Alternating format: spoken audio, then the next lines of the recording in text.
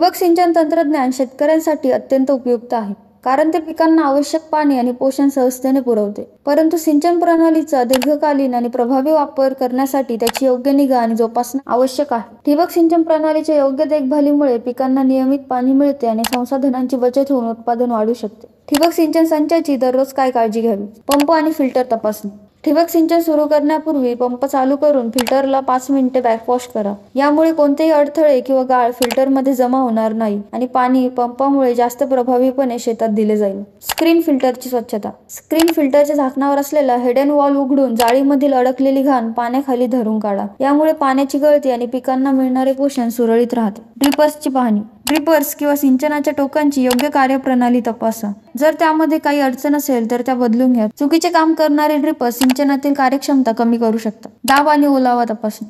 पाण्याचा दाब आणि जमिनीवर पसरणारा ओलावा नियमितपणे तपासावा.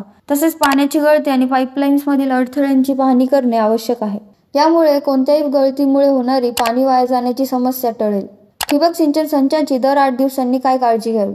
सँड फिल्टर्स साफ करणे. सँड फिल्टरचे झाकण उघडून वाळूची स्वच्छता करा. हे करण्यातून फिल्टर सिस्टममध्ये गाळ, वाळू आणि इतर अशुद्धता जमा होण्याचा धोका कमी होतो. बॅकवॉश करून याची स्वच्छता करा. सँड फिल्टरमध्ये योग्य प्रमाणात वाळू असायला पाहिजे, म्हणजेच 3-4 भाग इतकी वाळू असली पाहिजे.